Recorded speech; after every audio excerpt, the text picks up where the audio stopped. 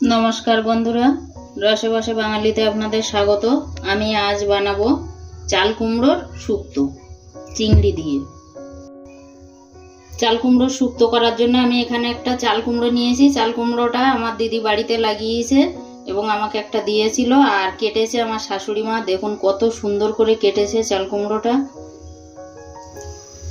এখানে আছে কয়েকটা গন্ধরাজ লেবুর পাতা, একটা শুকনো লঙ্কা, নিয়েছি নুন, হলুদ, ফোড়নের জন্য সর্ষে, আর এখানে আছে এক বাটি চিংড়ি। গ্যাসে কড়াই বসিয়েছি, কড়াইটা গরম হয়ে গেছে। রান্নাটা আমি সর্ষের তেলেই করব।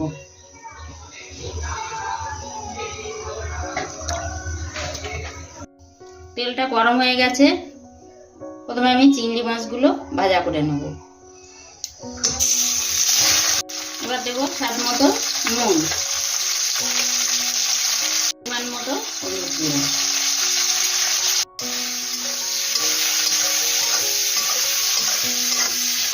চিংড়িটা আমি অল্প টাইম ভাজা করেই তুলে নেব।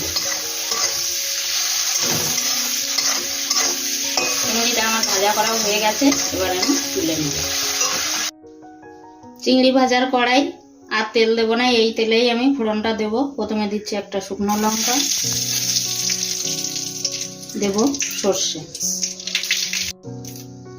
লেবুর পাতার মাঝখানের শিরাটা আমি ফেলেই তারপরে দেব কড়াইয়ের ভিতরে। ফোড়নটা রেডি হয়ে গেছে, এবার আমি কুচিয়ে রাখা চাল কুমড়োটা দিয়ে দেব। এবার আমি দেব স্বাদ মতো নুন, পরিমাণ মতো হলুদ গুঁড়ো। মিশিয়ে নেব নুন হলুদটা।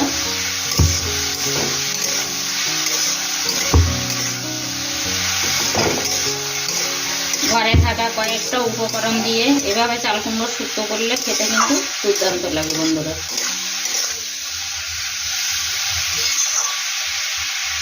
আমি ভেজে রাখা চিংড়িগুলো দিয়ে দেব।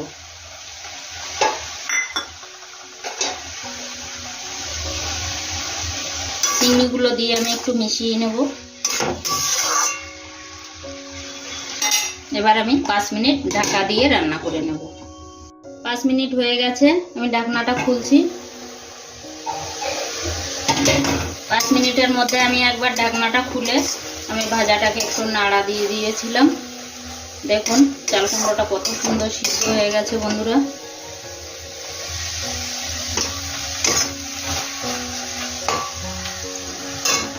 যেটা আমার বাড়িতে লাগানো গন্ধরাজ লেবুর পাতা, বাকি পাতাগুলো আমি দিয়ে দিচ্ছি। এর গন্ধটা খুব ভালো লাগবে, দারুণ স্মেল বেরিয়েছে। আমি দেব সবশেষে সামান্য চিনি, চিনিটা গুঁড়ো করা আছে। শুক্তোর মধ্যে যেটা না দিলে অসম্পূর্ণ থাকে সেটা হলো ঘি। এবার আমি দিয়ে দেব ঘি 1 চামচ।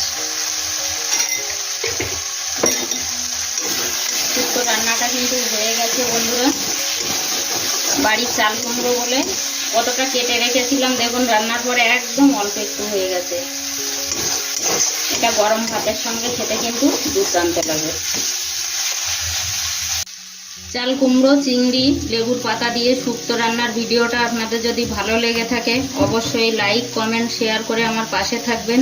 আর আমার চ্যানেলের নতুন বন্ধুদের একটা সাবস্ক্রাইব করার অনুরোধ রইল। পুরাতন বন্ধুদের অসংখ্য ধন্যবাদ।